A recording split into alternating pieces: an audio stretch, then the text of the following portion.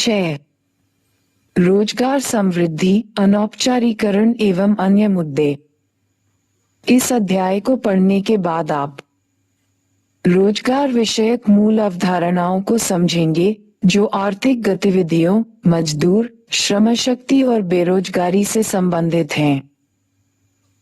विभिन्न क्षेत्रकों की आर्थिक गतिविधियों में पुरुषों और महिलाओं की भागीदारी के स्वरूप से परिचित होंगे। बेरोजगारी के स्वरूप और विस्तार को जान पाएंगे और देश के विभिन्न भागों और क्षेत्रकों में रोजगार के अवसरों का सृजन करने के लिए सरकार द्वारा उठाए गए कदमों का मूल्यांकन करने योग्य हो पाएंगे।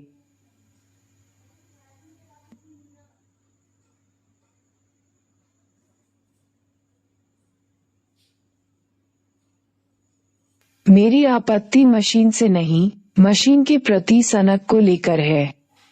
इसी सनक का नाम श्रम का बचत करने वाली मशीनें हैं।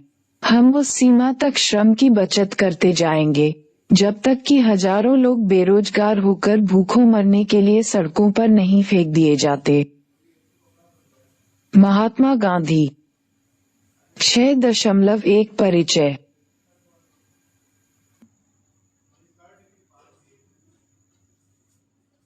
लोग तरह तरह के काम करते हैं। कुछ लोग खेतों, कारखानों, बैंकों, दुकानों आदि अनेक प्रकार के कार्यस्थलों पर काम करते हैं। कुछ व्यक्ति घर पर भी अन्य काम करते हैं।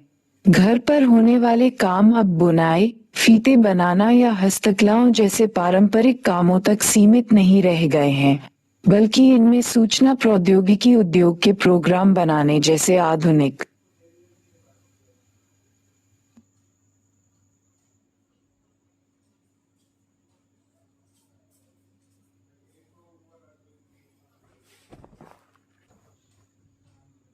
काम भी शामिल हो चुके हैं। पहले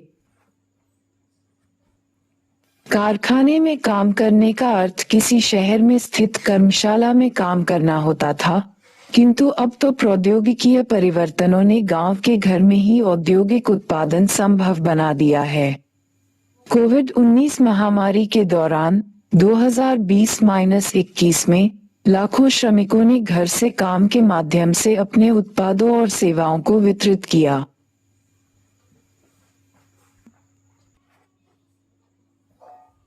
व्यक्ति कार्य क्यों करते हैं?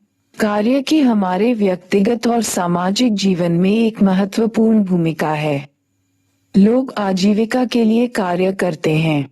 कुछ लोगों को उत्तराधिकार के माध्यम से कार्य किए बिना भी धन मिल जाता है, किंतु ऐसे धन से किसी को पूर्ण संतोष नहीं होता।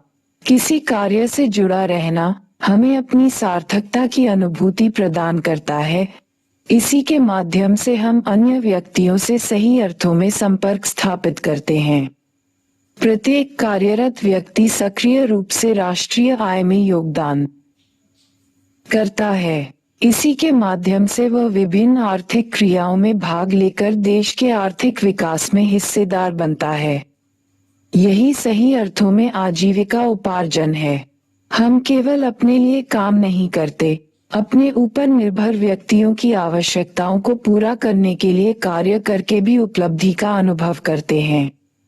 कार्य के इसी महत्व को समझकर महात्मा गांधी ने शिक्षा और हस्तकलाओं सहित विभिन्न प्रकार के कामों के माध्यम से प्रशिक्षण पर बल दिया था।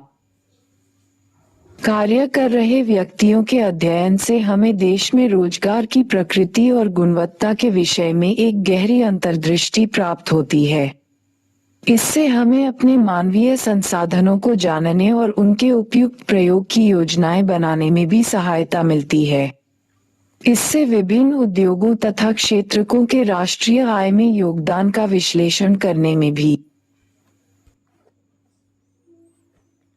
सहायता मिलती है। ये समाज के सीमांत वर्गों, बाल श्रमिकों आदि के शोषण की समस्याओं का निदान करने में भी सहायक सिद्ध होते हैं। 6.2 श्रमिक और रोजगार। रोजगार क्या है?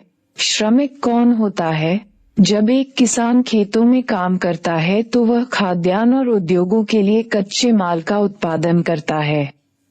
कपास ही कपड़े के कारखानों और विद्युत कर्घों में कपड़े का रूप धारण कर लेता है।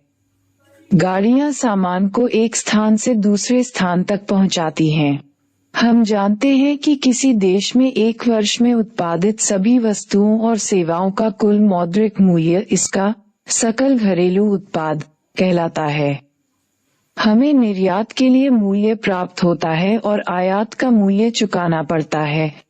इसमें हम देखते हैं कि देश का निव्वल अर्जन धनात्मक हो सकता है यदि निर्यात का मूल्य आयात की अपेक्षा अधिक रहे, या ऋणात्मक हो सकता यदि आयात का मूल्य निर्यात की अपेक्षा अधिक रहे, या शून्य हो सकता है यदि आयात और निर्यात के मूल्य समान हों। हम प्राप्त अर्जनों का योग करते हैं, जोड़िया, तो हमें उस वर्ष के लिए देश का सकल घरेलू उत्पाद प्राप्त होता है। सकल राष्ट्रीय उत्पाद में योगदान देने वाले सभी क्रियाकलापों को हम आर्थिक क्रियाएं कहते हैं। वे सभी व्यक्ति जो आर्थिक क्रियाओं से संलग्न होते हैं श्रमिक कहलाते हैं, चाहे वे उच्च या निम्न किसी भी स्तर पर कार्य कर रहे हैं। यदि इनमें से कुछ लोग बीमारी, जख्म होने आदि शारीरिक कष्टों, खराब मौसम, त्योहार या सामाजिक धार्मिक उत्सवों के कारण अस्थायी रूप से काम पर नहीं आ पाते, तो भी उन्हें श्रमिक ही माना जाता है। इन कामों में लगे मुख्य श्रमिकों की सहायता करने वालों को भी हम श्रमिक ही मानते हैं। आमतौर पर हम ऐसा सोचते हैं कि जिन्हें काम के बदले नियोक्ता द्वारा कुछ भुगतान किया जाता है, उन्हें श्रमिक कहा जाता है। पर ऐसा नहीं है। जो व्यक्ति स्वनियोजित होते हैं, वे भी श्रमिक ही होते हैं। भारत में रोजगार की प्रकृति बहुमुखी है। कुछ लोगों को वर्ष भर रोजगार प्राप्त होता है, तो कुछ लोग वर्ष में कुछ महीने ही रोजगार पाते हैं। अधिकांश मजदूरों को अपने कार्य की उचित मजदूरी नहीं मिल पाती। वैसे श्रमिकों की संख्या का अनुमान लगाते समय जितने भी व्यक्ति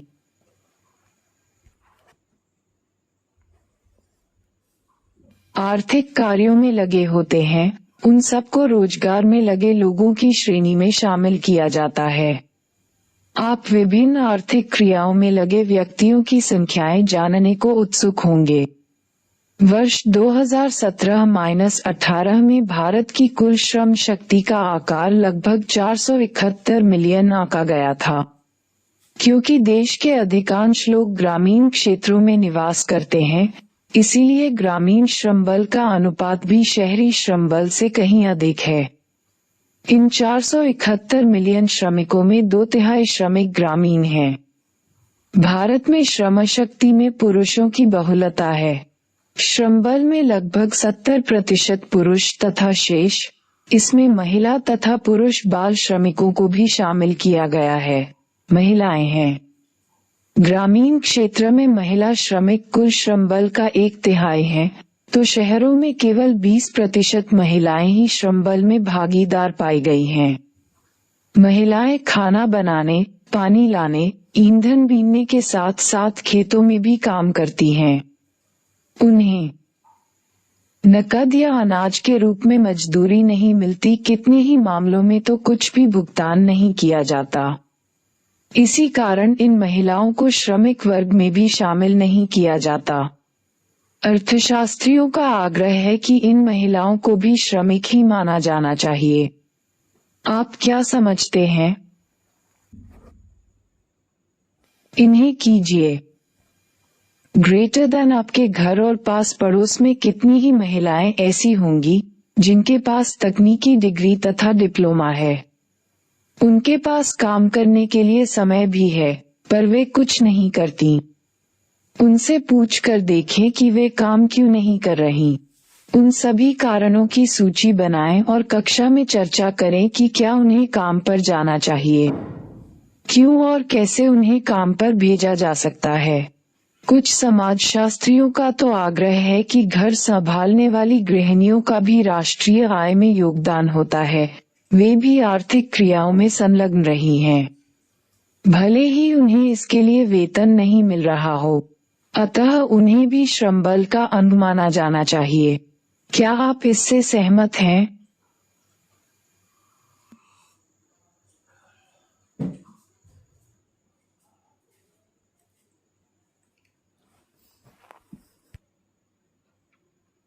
6.3 लोगों की रोजगार में भागीदारी। श्रमिक जनसंख्या अनुपात, जिसका प्रयोग देश में रोजगार की स्थिति के विश्लेषण के लिए सूचक के रूप में किया जाता है, ये जानने में सहायक है कि जनसंख्या का कितना अनुपात वस्तुओं और सेवाओं के उत्पादन में सक्रिय रूप से योगदान दे रहा है। यदि यह अनुपात अधिक है, तो इसका तात्पर्य है जनता की काम में भागीदारी अधिक होगी। यदि यह अनुपात मध्यम या कम हो, तो इसका अर्थ होगा कि देश की जनसंख्या का बहुत अधिक अनुपात प्रत्यक्ष रूप से आर्थिक क्रियाओं में संलग्न नहीं है।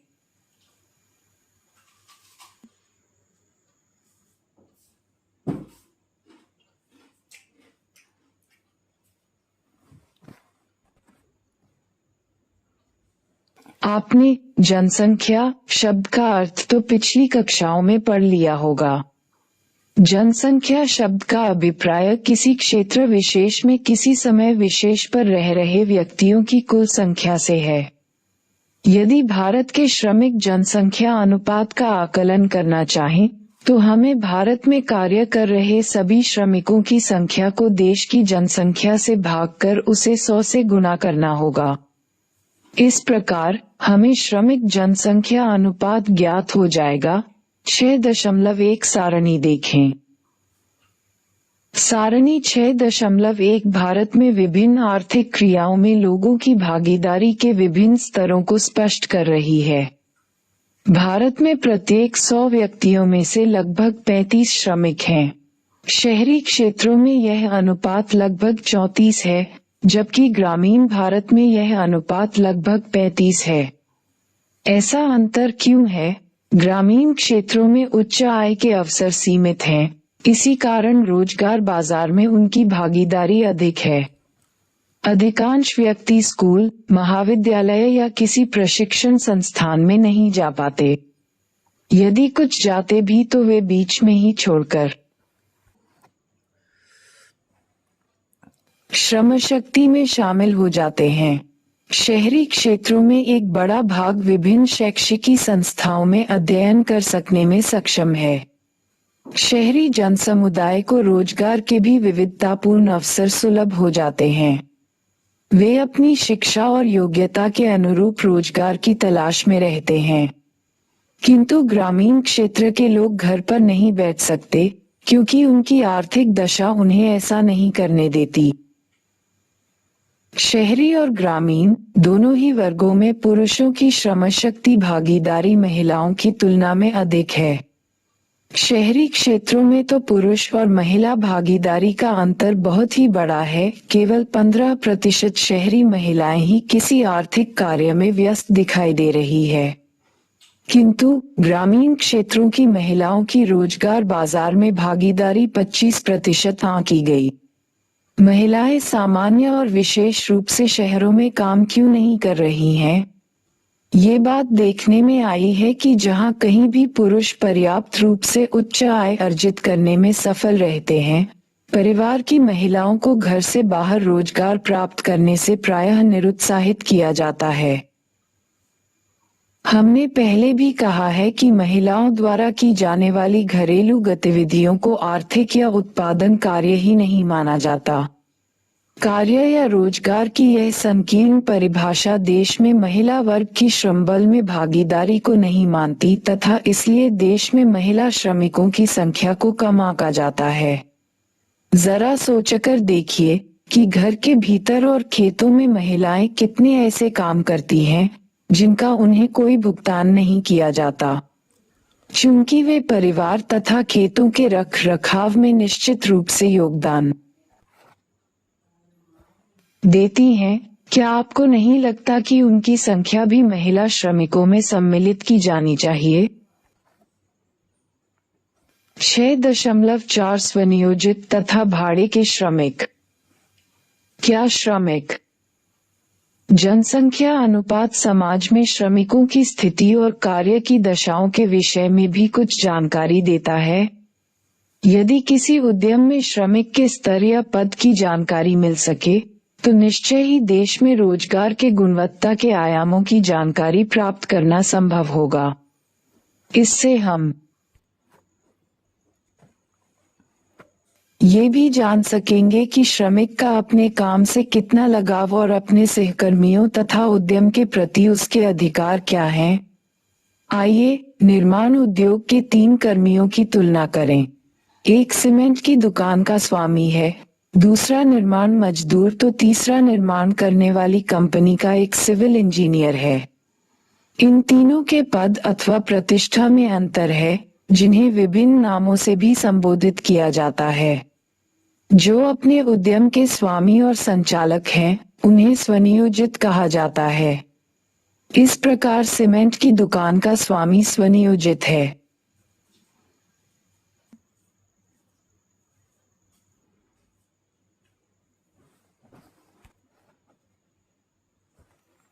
भारत का लगभग आधा श्रम बल इसी श्रेणी में आता है। निर्माण मजदूर अनियत मजदूरी वाले श्रमिक कहलाते हैं। ये भारत की श्रम शक्ति का लगभग 25% हैं। ऐसे ही मजदूर अन्य लोगों के खेतों में अनियत रूप से कार्य करते हैं और उसके बदले में पारिश्रमिक प्राप्त करते हैं। निर्माण कंपनी के अभियंता के रूप में काम कर रहे व्यक्ति श्रम शक्ति का मात्र 23% ही हैं। जब किसी श्रमिक को कोई व्यक्ति या उद्यम नियमित रूप से काम पर रख उसे मजदूरी वेतन देता है, तो वह श्रमिक नियमित वेतन भोगी कर्मचारी कहलाता है। सारणी 6.3 देखें। चित्र 6.1 को ध्यान से देखिए। इससे पता चल रहा है कि भारत में पुरुष और महिला श्रमिकों के 50% से अधिक तो स्वरोजगारी वर्ग में ही आते हैं। अतः स्वरोजगार ही देश की आजीविका का सबसे प्रमुख स्रोत है। अनियत मजदूरी कार्य पुरुषों और महिलाओं के लिए रोजगार का दूसरा प्रमुख स्रोत है। इस अनियत रोजगार में महिलाओं का अंश 24-27% पुरुषों से अधिक पाया गया है। नियमित वेतनभोगी रोजगारधारियों में पुरुष एवं महिलाएं दोनों अधिक अनुपात में लगे हुए हैं। देश के 23% पुरुष नियमित वेतनभोगी हैं और इस वर्ग में 21% महिलाएं हैं। पुरुषों और महिलाओं के बीच का अंतर बहुत कम है। यदि ग्रामीण और शहरी श्रम बल के वितरण की तुलना करें तो चार्ट 6.2 के अनुसार हमें ज्ञात होता है कि अनियत मजदूरी पाने वाले श्रमिक स्वनियोजित तथा ग्रामीण क्षेत्रों में शहरी क्षेत्रों की अपेक्षा अधिक हैं। शहरों में स्वनियोजित और नियमित वेतन वाले रोजगार की संख्या अधिक है। गांवों में अधिकांश ग्रामीण अपनी जमीन के टुकड़ों पर निर्भर हैं, जो स्वतंत्र रूप से खेती करते हैं, अतः स्वनियोजन में उनकी भागीदारी अधिक है। शहरी क्षेत्रों में काम का स्वरूप भी अलग होता है। हर व्यक्ति कारखाना, दुकान और कार्यालयों का संचालक नहीं हो सकता। इसके अतिरिक्त शहरी उद्यमों में नियमित रूप से श्रमिकों की आवश्यकता होती है। इन्हें कीजिए ग्रेटर देन। आमतौर पर हम यह मान लेते हैं कि जो लोग नियमित या अस्थायी आधार पर कृषि श्रमिक, कारखाना मजदूर या किसी बैंक अथवा कार्यालय में सहायक लिपिक है, वही श्रमिक हैं। इस अध्याय की अब तक की चर्चा से आप समझ चुके होंगे कि स्वनियोजित जैसे पटरी पर सब्जियां बेचने वाले, वकील, डॉक्टर, इंजीनियर आदि सभी व्यक्ति श्रमिक या कामगार होते हैं। निम्न श्रेणियों के कामगारों का स्वनियोजन नियमित वेतनभोगी कर्मचारी तथा आकस्मिक दिहाड़ी मजदूरों में वर्गीकरण को इंगित करने के लिए इनके सामने क, ख और ग अंकित करें। 1. नाई की दुकान का मालिक। 2. चावल मिल का कर्मचारी जो नियमित रूप से नियुक्त हो किंतु जिसे नियमित रूप से दैनिक मजदूरी मिलती हो। भारतीय स्टेट बैंक का एक कोषपाल। 3. 4. राज्य सरकार के कार्यालय का टाइपिस्ट जिसे दैनिक मजदूरी आधार पर रखा गया है, पर मासिक भुगतान किया जाता है। 567 हथकरघा बुनकर। 6. थोक सब्जी की दुकान पर माल ढोने वाला मजदूर। 7. शीतल पेय की दुकान का स्वामी जो पेप्सी, कोक, मिरिंडा आदि बेचता है। 8. किसी निजी अस्पताल में 5 वर्षों से नियमित कार्य कर रही नर्स, जिसे मासिक वेतन मिलता है। ग्रेटर देन अर्थशास्त्रियों का कहना है कि अनियत दिहाड़ी मजदूर की दशा तीनों वर्गों में सबसे अधिक असुरक्षित है। क्या आप जानते हैं कि ये मजदूर कौन हैं, इन्हें कहाँ पाया जाता है और क्यों? क्या हम कह सकते हैं कि स्वनियोजित व्यक्ति दिहाड़ी मजदूरों और वेतनभोगियों से अधिक कमा लेते हैं? रोजगार की गुणवत्ता के कुछ अन्य सूचकों की भी पहचान करें।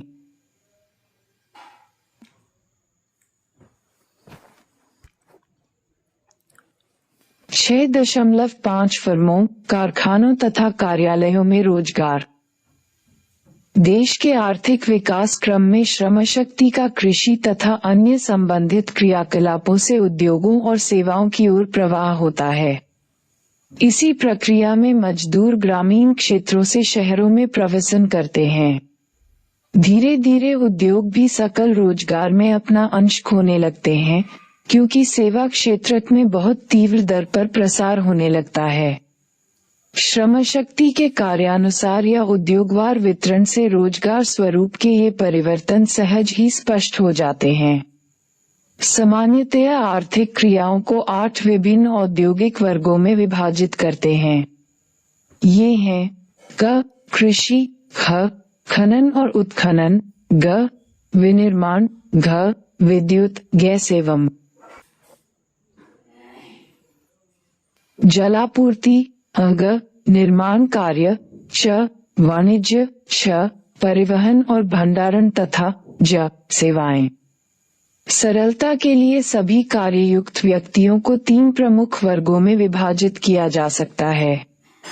ये हैं 1. प्राथमिक क्षेत्रक, जिसमें क तथा ख सम्मिलित है।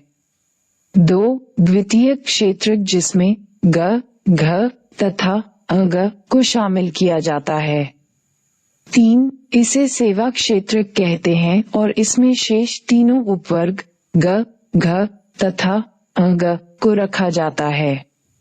सारणी 6.2 में हम भारत में वर्ष 2017-18 में विभिन्न उद्योगों में कार्यरत श्रमिकों के विषय में जानकारी दे रहे हैं।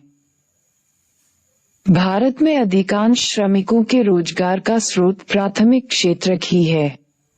द्वितीयक क्षेत्रक केवल लगभग 24% श्रम बल को नियोजित कर रहा है। लगभग 31% श्रमिक सेवा क्षेत्रक में संलग्न हैं। सारणी 6.2 भी यह स्पष्ट कर रही है कि ग्रामीण भारत की लगभग 60% श्रमशक्ति कृषि, वन और मत्स्य पर निर्भर है। लगभग 20% ग्रामीण श्रमिक ही विनिर्माण उद्योगों, निर्माण और अन्य क्षेत्रों में लगे हुए हैं। केवल 20% ग्रामीण श्रमिकों को सेवा क्षेत्र से ही रोजगार मिलता है, किंतु शहरी क्षेत्रों में कृषि और खनन रोजगार के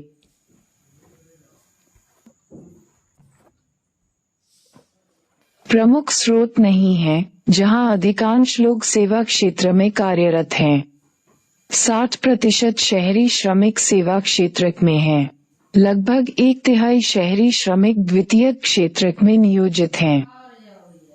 यद्यपि प्राथमिक क्षेत्र में पुरुष और महिला दोनों ही प्रकार के श्रमिक संकेंद्रित हैं, महिलाओं का संकेंद्रण बहुत अधिक है।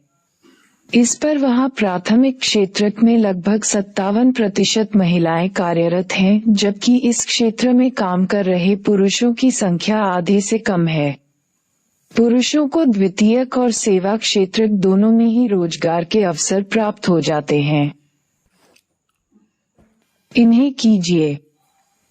ग्रेटर देन सभी समाचार पत्रों में रोजगार अवसरों से जुड़ा एक भाग होता है। कुछ तो प्रति सप्ताह दैनिक भी रोजगार पर एक विशेष परिशिष्ट भी निकालते हैं, चाहे द हिंदू का अपॉर्चुनिटीज हो या द टाइम्स ऑफ इंडिया का एसेंट। अनेक कंपनियां अपनी रिक्तियों का विज्ञापन इनमें करती हैं। इन स्तंभों को काट लीजिए और एक सारणी बनाए, जिसके 4 स्तंभ हों, कंपनी, सार्वजनिक या निजी, पद का नाम, रिक्तियां, क्षेत्रक, प्राथमिक, द्वितीयक या तृतीयक, और आवश्यक योग्यताएं। इस सारणी के आधार पर कक्षा में समाचार पत्रों में विज्ञापित रोजगार अवसरों पर चर्चा करें। 6.6 समृद्धि एवं परिवर्तनशील रोजगार संरचना। आपने अध्याय 2 और 3 में विस्तार से नियोजन रणनीतियों के बारे में पढ़ा था। यहाँ हम केवल 2 विकास सूचकों पर विचार करेंगे। ये हैं रोजगार समृद्धि और सकल घरेलू उत्पाद। लगभग 70 वर्षों से चल रहे योजनाबद्ध विकास का ध्येय राष्ट्रीय उत्पाद और रोजगार में वृद्धि के माध्यम से अर्थव्यवस्था का प्रसार रहा है। 1960-2010 की अवधि में भारत में सकल घरेलू उत्पाद में सकारात्मक वृद्धि हुई है और यह समृद्धि दर रोजगार वृद्धि दर से अधिक रही है।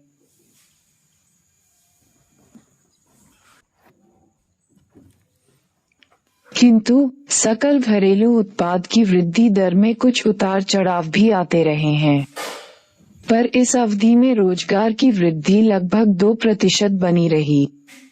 चार्ट 6.3 1990 के दशक के अंतिम वर्षों में एक अन्य चिंताजनक घटनाक्रम की ओर भी इंगित कर रहा है।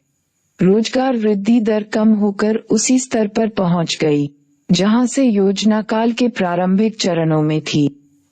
इन्हीं वर्षों के दौरान हम सकल घरेलू उत्पाद और रोजगार की वृद्धि दरों के बीच काफी बड़ा अंतर पाते हैं। इसका अर्थ यह है कि हम भारतीय अर्थव्यवस्था में रोजगार सृजन के बिना ही अधिक वस्तुओं और सेवाओं का उत्पादन करने में सक्षम रहे हैं। इस परिघटना को विद्वान रोजगारहीन समृद्धि का नाम दे रहे हैं। अभी तक हमने देखा कि रोजगार सकल घरेलू उत्पाद की वृद्धि की तुलना में किस तरह बड़ा है। अब ये जानना भी आवश्यक है कि रोजगार और सकल घरेलू उत्पाद की वृद्धि दरों के इन स्वरूपों ने विभिन्न वर्गों के श्रम बल पर किस प्रकार के प्रभाव डाले। इससे हम समझ पाएंगे कि हमारे देश में किस प्रकार के रोजगार अवसरों का सृजन हो रहा है। आइए पिछले खंड में बताए गए 2 सूचकों पर एक बार फिर से विचार करें। ये सूचक हैं विभिन्न उद्योगों में लोगों को मिले रोजगार तथा उनकी स्थितियां। हम जानते हैं कि भारत कृषि प्रधान देश है। जनसंख्या का बहुत बड़ा भाग ग्रामीण क्षेत्रों में बसा है और यह अपनी मुख्य आजीविका के लिए कृषि पर निर्भर है। भारत सहित अनेक देशों के विकास रणनीतियों का ध्येय कृषि पर निर्भर जनसंख्या के अनुपात को कम करना रहा है।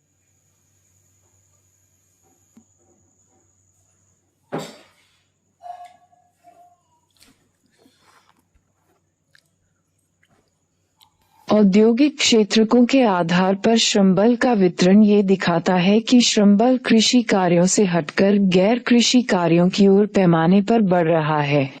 सारणी 6.3 देखें, जहां 1972-73 में प्राथमिक क्षेत्रक में 74 बड़े प्रतिशत श्रम बल लगा था, वहीं 2011-12 में यह अनुपात घटकर 50% रह गया है। द्वितीयक और सेवा क्षेत्रक भारत के श्रमबल के लिए आशावादी भविष्य का संकेत दे रहे हैं। आप देखेंगे कि इन क्षेत्रकों की हिस्सेदारी क्रमशः 11 से बढ़कर 24 और 15 से बढ़कर 27% गई है। विभिन्न स्थितियों में श्रमबल के वितरण को देखें तो पिछले 5 दशकों 1972-2018 में लोग स्वरोजगार और नियमित वेतन रोजगार से हटकर अनियत श्रम की ओर बढ़ रहे हैं। फिर भी स्वरोजगार रोजगार का सबसे बड़ा स्रोत बना हुआ है। सारणी 6.3 के अंतिम कॉलम को देखें। वर्ष 2011-18 के दौरान माध्यमिक क्षेत्र में स्थिरता और स्वरोजगार में मध्यम वृद्धि से क्या समझते हैं? कक्षा में चर्चा करें। विशेषज्ञ स्वरोजगार तथा नियमित वेतन से अनियत श्रम रोजगार की ओर जाने की प्रक्रिया को श्रम बल के अनियतीकरण का नाम देते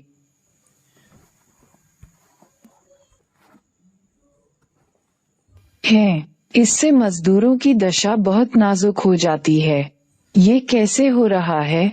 बॉक्स 6.2 में वर्णित अहमदाबाद का विशेष अध्ययन देखें। आप इसी बीच में 2017-18 नियमित वेतनभोगी कर्मचारियों के हिस्से में मध्यम वृद्धि को भी देखिए। आप इस प्रक्रिया को कैसे समझाएंगे? इन्हें कीजिए। ग्रेटर देन क्या आप जानते हैं कि भारत जैसे देश में रोजगार वृद्धि की दर को 2% स्तर पर बनाए रखना इतना आसान काम नहीं है?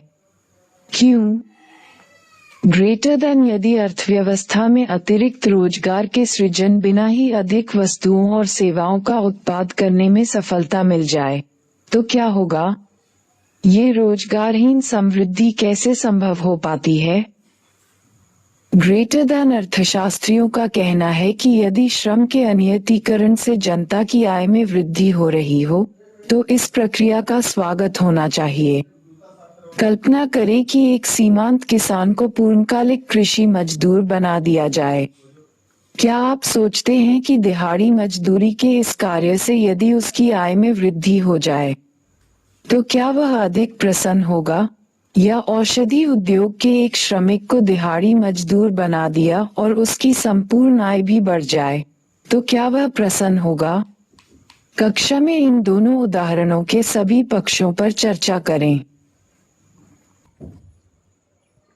बॉक्स 6.1 औपचारिक क्षेत्र में रोजगार। संघीय श्रम मंत्रालय देश के विभिन्न भागों में स्थित रोजगार कार्यालयों के माध्यम से औपचारिक क्षेत्र में रोजगार संबंधित जानकारियां एकत्र करता है। क्या आप जानते हैं कि औपचारिक क्षेत्र में सबसे बड़ा रोजगारदाता कौन है? वर्ष 2012 में इस क्षेत्र में कार्य कर रहे 30 मिलियन कर्मचारियों में से 1.8 करोड़ कर्मचारी सार्वजनिक क्षेत्र में कार्यरत थे। यहाँ भी पुरुषों का ही वर्चस्व है। महिलाएं औपचारिक क्षेत्र के कर्मचारियों की केवल 1/16 अंश ही थीं। अर्थशास्त्रियों ने पाया है कि 1991 से आर्थिक सुधार प्रक्रिया ने औपचारिक क्षेत्र में कार्य कर रहे कर्मियों की संख्या को कम किया है। आपका क्या मत है?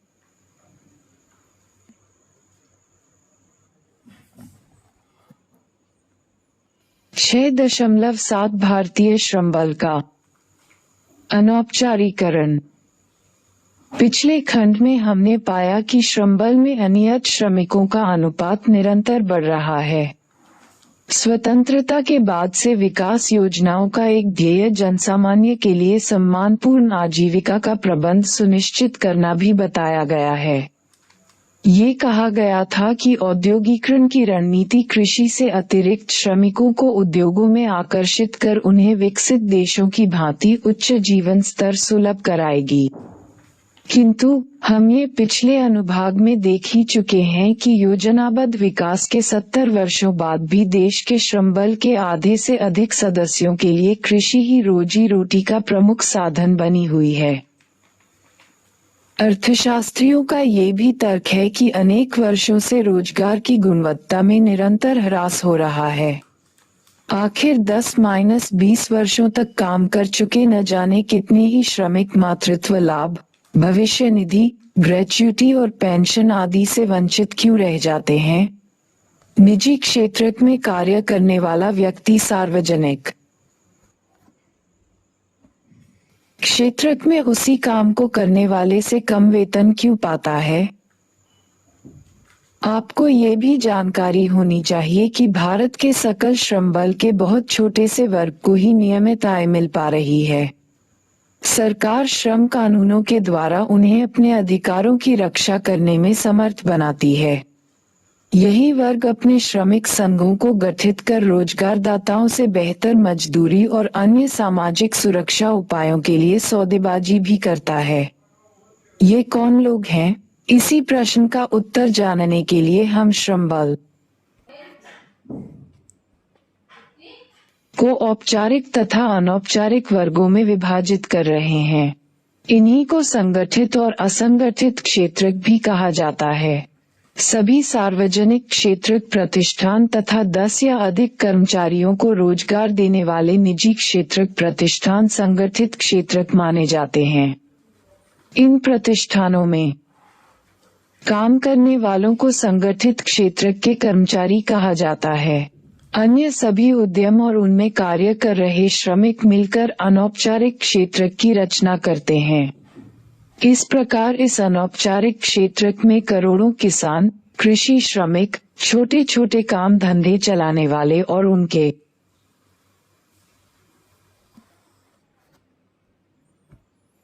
कर्मचारी तथा सभी स्वनियोजित व्यक्ति, जिनके पास भाड़े का श्रमिक नहीं है, सम्मिलित हैं।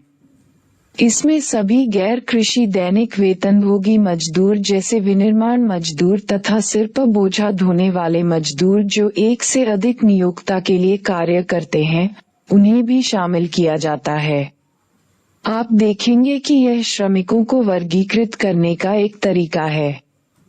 हालांकि वर्गीकरण के अन्य तरीके भी हो सकते हैं। कक्षा में संभावित तरीकों पर चर्चा करें। सामाजिक सुरक्षा व्यवस्था के लाभ संगठित क्षेत्र के कर्मचारियों को मिलते हैं। इनकी कमाई भी असंगठित क्षेत्र के कर्मचारियों से अधिक होती है। विकास योजनाओं में सैद्धांतिक रूप से यह माना गया था कि जैसे जैसे अर्थव्यवस्था विकसित होगी, अधिकाधिक श्रमिक औपचारिक क्षेत्र में सम्मिलित होते जाएंगे और अनौपचारिक क्षेत्र के श्रमिकों का अनुपात बहुत कम रह जाएगा। किंतु वास्तव में भारत में क्या हुआ? पीछे दिए गए आरेख को देखें जिसमें संगठित तथा असंगठित क्षेत्रकों में श्रमबल का वितरण दर्शाया गया है। सन 2017-18 में 473 मिलियन श्रमिक थे। केवल 30 मिलियन श्रमिक ही औपचारिक क्षेत्र में कार्य कर रहे थे। क्या आप इनका प्रतिशत अनुपात आकलित कर पाएंगे? ये मात्र 6% है, 30/4,73,100। दूसरे शब्दों में, देश के 94% श्रमिक अनौपचारिक क्षेत्र में काम कर रहे हैं।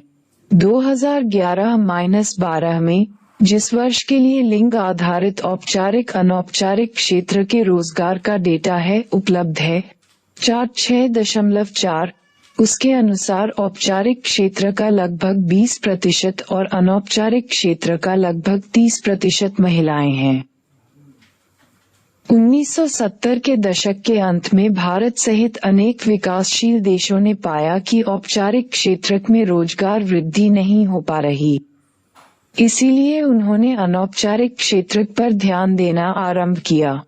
किंतु अनौपचारिक क्षेत्र के उद्यमों और उनके श्रमिकों की आय नियमित नहीं होती और उन्हें सरकार से भी किसी प्रकार का संरक्षण और नियमन नहीं मिल पाता। श्रमिकों को बिना क्षतिपूर्ति के ही काम से निकाल दिया जाता है। अनौपचारिक क्षेत्र उपक्रमों में प्रयुक्त प्रौद्योगिकी पुरानी हो चुकी है तथा ये किसी प्रकार के लेखा खाते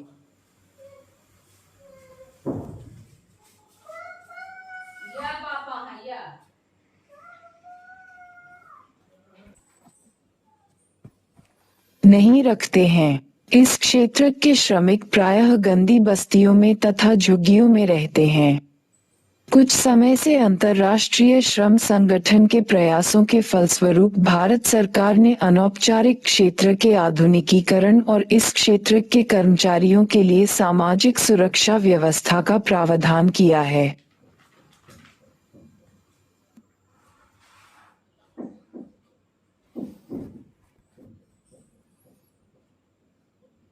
बॉक्स 6.2 अहमदाबाद में अनौपचारीकरण। अहमदाबाद एक समृद्ध नगर है। यहाँ की समृद्धि का आधार 60 से अधिक कपड़े के कारखाने का उत्पाद है, जिनमें 1,50,000 श्रमिक काम करते हैं। पिछली एक शताब्दी में इन श्रमिकों ने एक निश्चित सीमा में आय की सुरक्षा हासिल कर ली थी। इनके निश्चित रोजगार थे और इन्हें मिल रहे वेतन निर्वाह के लिए पर्याप्त थे। साथ ही इन्हें अनेक प्रकार के सामाजिक सुरक्षा लाभ भी मिलने लगे, जो उनकी स्वास्थ्य और वृद्धावस्था की सुरक्षा सुनिश्चित करते थे। उनका एक सशक्त श्रमिक संघ भी था जो न केवल श्रम विवादों में उनका प्रतिनिधित्व करता था, बल्कि श्रमिकों और उनके परिवारों के लिए अनेक जनहितकारी क्रियाओं का संचालन भी करता था। किंतु 1980 दशक के प्रारंभ में संपूर्ण देश में कुछ कपड़ा मिलें बंद होने लगी। मुंबई जैसी कुछ जगहों में मिलें तेजी से बंद हो गई। अहमदाबाद में मिल बंदी की यह प्रक्रिया कुछ धीमी रही और 10 वर्षों तक खींच गई। इस अवधि में कम से कम 80,000 स्थायी तथा 50,000 गैर स्थायी कपड़ा मजदूरों का रोजगार छिन गया और वे अनौपचारिक क्षेत्र का सहारा लेने को विवश हो गए। इन्हीं परिस्थितियों में नगर में आर्थिक मंदी और जन आक्रोश के साथ साथ सांप्रदायिक दंगे भी भड़क उठे।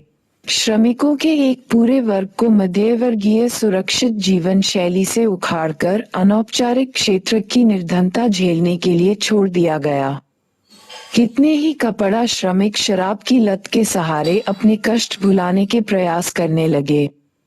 कुछ ने शराब के माध्यम से आत्महत्या का रास्ता चुना और कितने ही परिवारों को बच्चों की शिक्षा अधूरी रोककर उन्हें भी काम की तलाश के लिए भेजना पड़ा।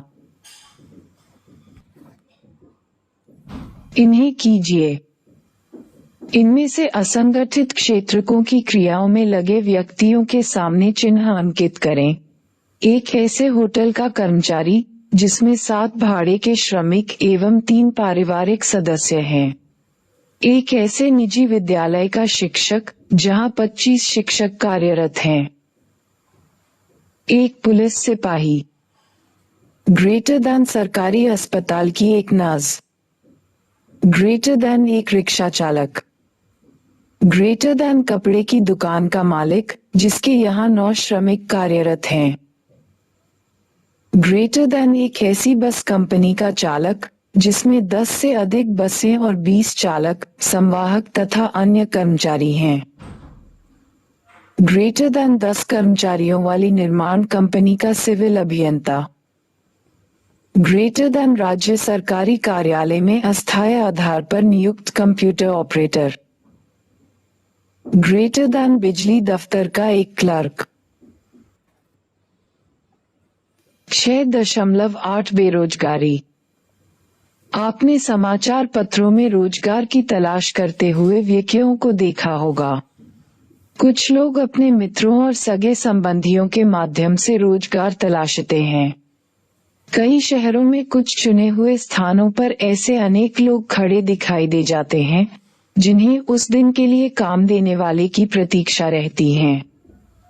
कुछ लोग दफ्तरों कारखानों में अपना जीवन वृत्त सौंपकर वहां पता लगा रहे होते हैं कि क्या उनके योग्य कोई स्थान रिक्त है। कई लोग ग्रामीण क्षेत्रों में बाहर जाकर काम के बारे में पूछताछ नहीं करते हैं और घर पर ही बैठे रहते हैं जब उन्हें कोई काम नहीं होता। कुछ व्यक्ति रोजगार कार्यालयों में उनके माध्यम से अनुसूचित रिक्तियों के लिए अपने नाम पंजीकृत कराते हैं। राष्ट्रीय सांख्यिकीय कार्यालय, पहले इसे राष्ट्रीय प्रतिदर्श सर्वेक्षण संगठन के रूप में जाना जाता था, ने बेरोजगारी को इस प्रकार परिभाषित किया है कि यह वह अवस्था है जिसमें व्यक्ति काम के अभाव के कारण बिना काम के रह जाते हैं। वे कार्यरत व्यक्ति नहीं हैं, परंतु रोजगार कार्यालयों, मध्यस्थों, मित्रों, संबंधियों आदि के माध्यम से या संभावित रोजगारदाताओं को आवेदन देकर या वर्तमान परिस्थितियों और प्रचलित मजदूरी दर पर काम करने की अपनी इच्छा प्रकट कर कार्य तलाशते हैं। किसी बेरोजगार व्यक्ति की पहचान विभिन्न तरीकों से की जाती है। अर्थशास्त्री उसे बेरोजगार कहते हैं जो आधे दिन की अवधि में 1 घंटे का रोजगार भी नहीं पा सकता। भारत में बेरोजगारी के आंकड़ों के 3 स्रोत हैं। भारत की जनगणना रिपोर्ट, राष्ट्रीय सांख्यिकीय कार्यालय की रोजगार और बेरोजगारी की अवस्था संबंधी रिपोर्ट, PLFS की वार्षिक रिपोर्ट तथा रोजगार और प्रशिक्षण महानिदेशालय के रोजगार कार्यालय में पंजीकृत आंकड़े। यद्यपि इन स्रोतों से बेरोजगारी के भिन्न भिन्न अनुमान किए हैं, ये हमें बेरोजगारी के लक्षणों तथा देश में प्रचलित बेरोजगारी के प्रकारों के विषय में जानकारियां उपलब्ध कराते हैं। क्या हमारी अर्थव्यवस्था में बेरोजगारी भिन्न भिन्न प्रकार की है? इस अनुच्छेद के प्रथम गद्यांश में वर्णित स्थिति को खुली बेरोजगारी कहते हैं। भारत के कृषि में फैली बेरोजगारी को अर्थशास्त्री प्रच्छन्न बेरोजगारी कहते हैं। प्रच्छन्न बेरोजगारी क्या होती है? मान लीजिए कि किसी एक किसान के पास 4 एकड़ का भूखंड है और उसे अपने खेत में विभिन्न प्रकार की क्रियाओं को निष्पादित करने में 2 श्रमिकों की आवश्यकता है, किंतु यदि वह अपने परिवार के 5 सदस्यों, पत्नी, बच्चों आदि को कृषि कार्य में लगा ले तो ये स्थिति प्रच्छन्न बेरोजगारी के नाम से जानी जाती है। 1950 के दशक के अंत में किए गए एक अध्ययन के द्वारा भारत में 1/3 कृषि श्रमिकों को प्रच्छन्न रूप से बेरोजगार दिखाया गया था। आपने ये भी देखा होगा कि बड़ी संख्या में लोग शहरों की ओर प्रवासन करते हैं, वहां नौकरी करते हैं और सीमित अवधि तक वहां रहते हैं, पर वर्षा ऋतु आरंभ होते ही वे अपने गांव लौट आते हैं। वे ऐसा क्यों करते हैं? कारण यही है कि कृषि का कार्य मौसमी होता है, वर्ष भर गांव में रोजगार के अवसर नहीं होते हैं। जब खेत में काम नहीं होता है तो लोग शहर की ओर जाते हैं और काम खोजते हैं। ऐसी बेरोजगारी की अवस्था को मौसमी बेरोजगारी कहते हैं। भारत में बेरोजगारी का ये प्रकार भी बहुत बड़े स्तर पर प्रचलित है। यद्यपि हमने देखा है कि रोजगार समृद्धि दर बहुत धीमी रही है, पर क्या आपने लोगों को बहुत लंबे समय तक रोजगार से वंचित देखा है? विद्वानों का कहना है कि भारत में व्यक्ति बहुत लंबे समय तक पूर्णतः बेरोजगार नहीं बैठे रह पाते, क्योंकि उनकी आर्थिक दशा इतनी निराशाजनक होती है कि कोई भी काम स्वीकार करना पड़ जाता है। आप उन्हें ऐसे काम भी करते हुए देख सकते हैं जिन्हें कोई अन्य व्यक्ति नहीं कर सकता। इनमें बहुत ही असुविधाजनक, अस्वास्थ्यकर, अस्वच्छ तथा जोखिम भरे कार्य भी होते हैं। केंद्र तथा राज्य सरकारों ने निम्न आय परिवारों के बेहतर रहन सहन के लिए विभिन्न रोजगार सृजित किए हैं और इसके लिए पहल की है। इस विषय में अगले परिच्छेद में चर्चा की जाएगी। 6.9 सरकार और रोजगार सृजन। हाल ही में भारत की संसद ने महात्मा गांधी राष्ट्रीय ग्रामीण रोजगार गारंटी अधिनियम 2005 पारित किया है। ये देश के ग्रामीण परिवारों के सदस्यों को अकुशल श्रमिक के रूप में कार्य करने को 100 दिन का दिहाड़ी उपलब्ध कराने की गारंटी देता है। ग्रामीण क्षेत्रों में जिन्हें नौकरी की आवश्यकता है, उनके लिए रोजगार के अवसरों का सृजन करने के लिए ये सरकार द्वारा संचालित अनेक उपायों में से एक है। स्वतंत्रता प्राप्ति के बाद से संघीय और राज्य सरकारें रोजगार सृजन हेतु अवसरों की रचना करने में बहुत महत्वपूर्ण भूमिका निभाती आ रही हैं। इनके प्रयासों को 2 वर्गों में विभाजित किया जा सकता है, प्रत्यक्ष तथा अप्रत्यक्ष। जैसा कि आपने पिछले अनुभाग में पढ़ा कि प्रथम श्रेणी में सरकार अपने विभिन्न विभागों में प्रशासकीय कार्यों के लिए नियुक्तियां करती है। सरकार अनेक उद्योग, होटल और परिवहन कंपनियां भी चला रही है। इन सब में भी यह प्रत्यक्ष रूप से रोजगार प्रदान करती हैं। जब सरकारी उद्यमों में उत्पादन स्तर में वृद्धि होती है, तो उन उद्यमों को सामग्रियों की पूर्ति करने वाले निजी उद्यमों को भी अपना उत्पादन बढ़ाने का अवसर मिलता है। इससे भी अर्थव्यवस्था में नए रोजगार के अवसर पैदा होते हैं। उदाहरण के लिए, एक सरकारी इस्पात मिल में उत्पादन वृद्धि से उस सरकारी कंपनी में रोजगार में प्रत्यक्ष वृद्धि होती है। साथ ही उस इस्पात मिल को उत्पादनों की पूर्ति करने वाली और उससे इस्पात खरीदने वाली निजी कंपनियों को भी अपने अपने उत्पादन और रोजगार बढ़ाने का अवसर मिल जाता है। ये सरकार द्वारा अप्रत्यक्ष रूप से अर्थव्यवस्था में रोजगार के अवसरों का सृजन है। आपने ध्यान दिया होगा कि सरकारों द्वारा गरीबी निवारण के लिए चलाए जा रहे अनेक कार्यक्रमों का क्रियान्वयन भी रोजगार सृजन के माध्यम से ही होता है। उन्हें रोजगार सृजन कार्यक्रम भी कहा जाता है।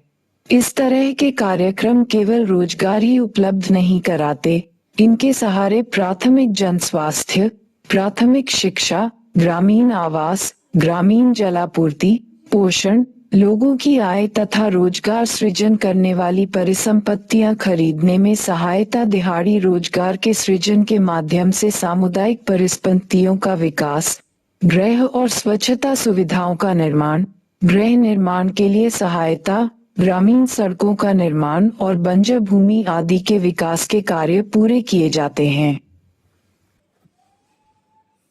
6.10 निष्कर्ष। भारत की श्रमबल संरचना में परिवर्तन आ चुका है। सेवा क्षेत्र में रोजगार के नए अवसरों का सृजन हो रहा है।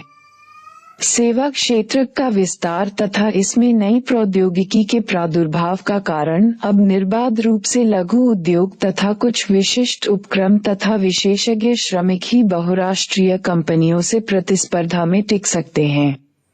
कार्य की आउटसोर्सिंग एक सामान्य बात हो गई है। इसका तात्पर्य यह है कि एक बड़ी फर्म के लिए ये लाभप्रद है कि वह अपने विशिष्ट विभागों जैसे विधि, कंप्यूटर प्रोग्रामिंग या ग्राहक सेवा अनुभाग को बंद कर छोटे उद्यमियों को बड़े पैमाने पर छोटे छोटे रोजगार उपलब्ध कराए, जो कि दूसरे देशों में भी स्थित हो सकता है। आधुनिक कारखाने की परंपरागत अवधारणा इस प्रकार बदल रही है कि घर ही कार्यस्थलों में परिवर्तित हो रहे हैं। ये समस्त परिवर्तन व्यक्तिगत श्रमिक के पक्ष में नहीं हो रहा है। श्रमिकों को न्यूनतम सामाजिक सुरक्षा की उपलब्धता के कारण रोजगार का स्वरूप और अधिक अनौपचारिक हो गया है। इसके बावजूद पिछले कुछ दशकों में सकल घरेलू उत्पाद में तीव्र वृद्धि हुई है, लेकिन इसके साथ ही रोजगार के अवसरों का सृजन नहीं होने के कारण सरकार को विशेष तौर से ग्रामीण क्षेत्रों में रोजगार के अवसरों का सृजन करने के लिए बाध्य पड़ा है।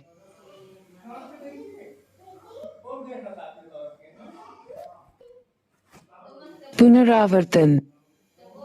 ग्रेटर देन वैसे व्यक्ति जो आर्थिक क्रियाओं में संलग्न हैं और इस प्रकार सकल राष्ट्रीय उत्पादन में योगदान कर रहे हैं, उन्हें हम श्रमिक कहते हैं। ग्रेटर देन देश की जनसंख्या के 5 में से 2 व्यक्ति विभिन्न आर्थिक क्रियाओं में लगे हैं। ग्रेटर देन मुख्यतः ग्रामीण पुरुष देश के श्रमबल का सबसे बड़ा वर्ग हैं। ग्रेटर देन भारत में अधिकांश श्रमिक स्वनियोजक हैं। अनियत दिहाड़ी मजदूर तथा नियमित वेतनभोगी कर्मचारी मिलकर भी भारत की समस्त श्रम शक्ति के अनुपात के आधे से भी कम ही रह जाते हैं। ग्रेटर देन भारत के कुल श्रम बल का लगभग 5 में से 3 श्रमिक कृषि और संबद्ध कार्यों से ही अपनी आजीविका प्राप्त करता है। ग्रेटर देन हाल के कुछ वर्षों से रोजगार वृद्धि में शिथिलता आई है। ग्रेटर देन सुधारोपरांत भारत में सेवा क्षेत्र में नए रोजगार के अवसरों का उदय हुआ है। ये नए रोजगार मुख्यतः अनौपचारिक क्षेत्र के ही अंतर्गत आते हैं तथा इनके कार्य की प्रकृति अधिकांशतः अनियत है। ग्रेटर देन सरकार देश में सबसे बड़ा औपचारिक क्षेत्र नियोक्ता है। ग्रेटर देन प्रच्छन्न बेरोजगारी ग्रामीण बेरोजगारी का आम प्रकार है। ग्रेटर देन भारत की श्रमबल की संरचना में बड़ा परिवर्तन आया है। ग्रेटर देन अपनी विभिन्न योजनाओं और नीतियों द्वारा सरकार प्रत्यक्ष तथा परोक्ष रूप में रोजगार सृजन के लिए प्रयास करती है। अभ्यास 1. श्रमिक किसे कहते हैं? 2. श्रमिक जनसंख्या अनुपात की परिभाषा दें। 3. क्या ये भी श्रमिक हैं? एक भिखारी, एक चोर, एक तस्कर, एक जुआरी। क्यों? 4. इस समूह में कौन असंगत प्रतीत होता है? क. नाई की दुकान का मालिक। ख. एक मोची। ग. मदर डेयरी का कोषपाल या अपने क्षेत्र के दुग्ध सहकारी समिति। घ. ट्यूशन पढ़ाने वाला शिक्षक। अंग. परिवहन कंपनी संचालक। च. निर्माण मजदूर। 5. नए उभरते रोजगार मुख्यतः क्षेत्र में ही मिल रहे हैं। सेवा, विनिर्माण, 6. 4 व्यक्तियों को मजदूरी पर काम देने वाले प्रतिष्ठान को है औपचारिक, अनौपचारिक क्षेत्र कहा जाता। 7. राज स्कूल जाता है, पर जब वह स्कूल में नहीं होता तो प्रायः अपने खेत में काम करता दिखाई देता है। क्या आप उसे श्रमिक मानेंगे? क्यों? 8. शहरी महिलाओं की अपेक्षा अधिक ग्रामीण महिलाएं काम करती दिखाई देती हैं। क्यों? 9. मीना एक गृहिणी है। घर के कामों के साथ साथ वह अपने पति की कपड़े की दुकान के काम में भी हाथ बटाती है। क्या उसे एक श्रमिक माना जा सकता है? क्यों? 10. यहाँ किसे असंगत माना जाएगा? क. किसी अन्य के अधीन रिक्शा चलाने वाला। ख. राजमिस्त्री। ग. किसी मैकेनिक की दुकान पर काम करने वाला श्रमिक। घ. जूते पॉलिश करने वाला लड़का।